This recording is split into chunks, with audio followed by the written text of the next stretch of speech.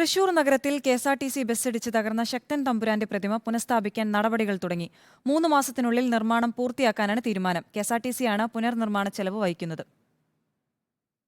പ്രതിമയുടെ ശില്പി കുന്നുവിള മുരളിയും കെഎസ്ആർടിസി ഉദ്യോഗസ്ഥരും തകർന്ന പ്രതിമ പരിശോധിച്ചു.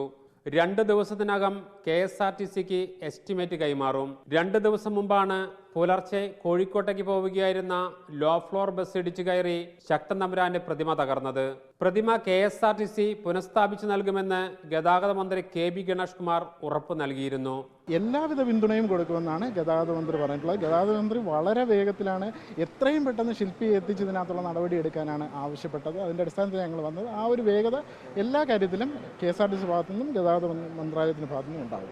പ്രതിമ നിർമ്മിച്ച ശില്പിയായ കുന്നുവിള മുരളി സ്ഥലത്തെത്തി പരിശോധനകൾ പൂർത്തിയാക്കി. 11 മാസങ്ങളെടുത്തു.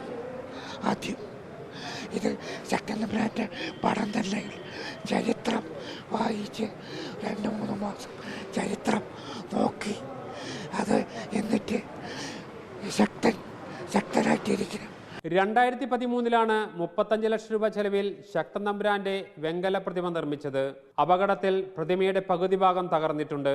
പാപ്പനംകോട്ടെ സിഡ്കോ ഇൻഡസ്ട്രിയൽ എസ്റ്റേറ്റിലെത്തിച്ച് അറ്റകുറ്റപ്പണി നടത്തി പ്രതിമ പുനഃസ്ഥാപിക്കും. റിപ്പോർട്ടർ, തൃശൂർ.